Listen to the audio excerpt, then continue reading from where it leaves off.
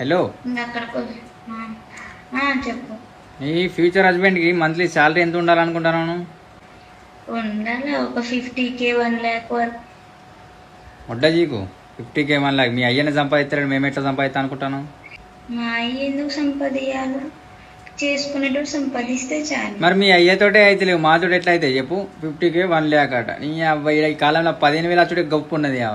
ఒక 1,00,000 రూపాయలు శాలరీ సంపాదించరా? ₹1,00,000 గుద్ద ఎండలా మేషన్ పని తెలుస్తుంది. 400 రూపాయలు విలువ. నీకు ₹1,00,000 సంపాదిస్తారు. ఒక్కరోజు మేషన్ పని చేస్తే నీకు గుద్ద వలి గుడాలు బుక్తావు నువ్వు.